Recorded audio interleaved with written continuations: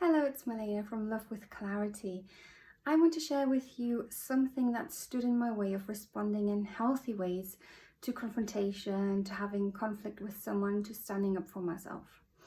So originally, I always thought there was something I was missing, some skill I had to learn, but I found out that it was something more fundamental, but also much simpler that stood in the way of me standing up for myself.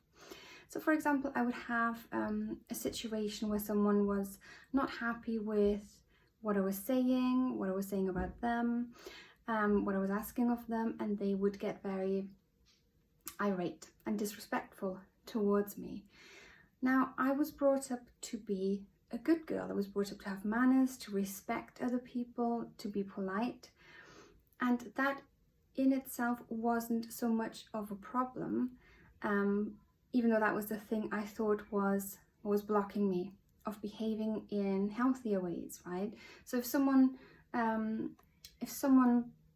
offends you, shouts at you, becomes abusive in some way, healthy people turn away. They say, I'm not, being spoken to like that. I'm not standing here letting you behave towards me how you're behaving. I need you to calm down, otherwise I'm going to walk away. And if they don't stop, then they'll walk away. That's the healthy way to respond. I stayed. I always stayed. It didn't matter what I was called. It didn't matter what people said about me, how they treated me, whether they started to physically attack me or not. I stayed because in my mind, I was still being polite and respectful. It was not polite to walk away. Good girls don't walk away. Okay? So, when you say it out, it's like, oh yeah, I can't believe that. But the thing is, it was so deeply entrenched in my conditioning that it was just a response, an automatic reaction I wasn't even conscious of, I wasn't aware of, and so I couldn't change it. Everything within me, I kind of froze and I stayed in that moment because I wanted to walk away, but I couldn't. Something within me stopped me. And so, instead of sharing with you things you can do when you're in difficult situations, when you're having conversations that escalate, or people that start to disrespect you because they struggle to regulate their own emotions, I want to share this one very important insight with you that helped me a lot. Okay, so I still believe in wanting to be the best version of myself, and that is a version that respects other people. That is really important to me. That is something I choose. That is one of my core values. Now, if someone else does not share that value and they start to behave in disrespectful ways, that doesn't mean I'm going to give up on my value. But values work both ways. They extend in two directions, which means if it is important for me to value other people, it also has to be important for me to value myself. And that means that I have to behave in self-respecting ways.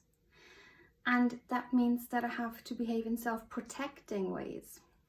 Okay? So if someone is disrespectful towards me, I'm not going to expose myself to that. That is not respecting myself. That is not living by the value of respect. And so I have to act in ways that are aligned with the value of respect.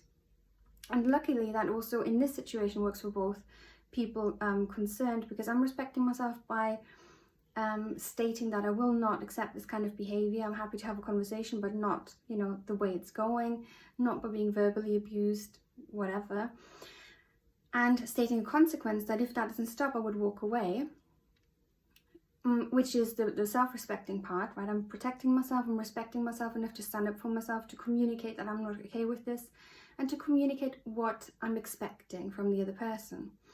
Where respect extends to the other person is that I'm not going to enable them to behave the way they're behaving. That, they're kind of letting themselves down. They're not being the best version of themselves, and they will ultimately feel bad about themselves if they become self-aware enough. If they continue to blame me, make me responsible for their outburst, for their reaction, and they cannot change. But it is not respectful and not compassionate to let someone else behave in those kinds of ways and kind of enable it by staying and exposing myself to it, because it's almost like there are no consequences for them. They can do whatever they want.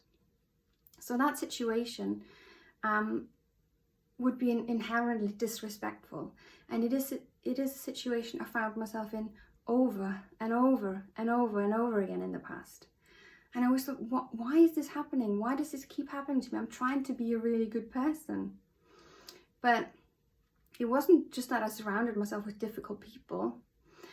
It was that I didn't respect myself enough to, you know, kind of set the tone, to make the right decisions, to make the right choices for myself and the other person. I just lived by this value of, I have to be the good girl, I have to respect other people, I can't be seen to be impolite, and that means I have to stay and hear them out, no matter how hurtful or horrible or abusive their comments were. So I don't know what you can, you know, if that helps you, what you can make of it.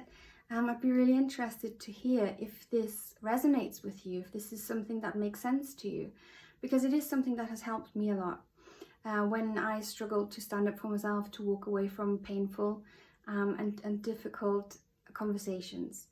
So that is one way you can learn to protect yourself while respecting yourself and respecting the other person and protecting the relationship. By realizing that respect goes both ways and that you have got a right to protect yourself and the other person from, you know, a horrible and painful conversation. Take care. Bye bye.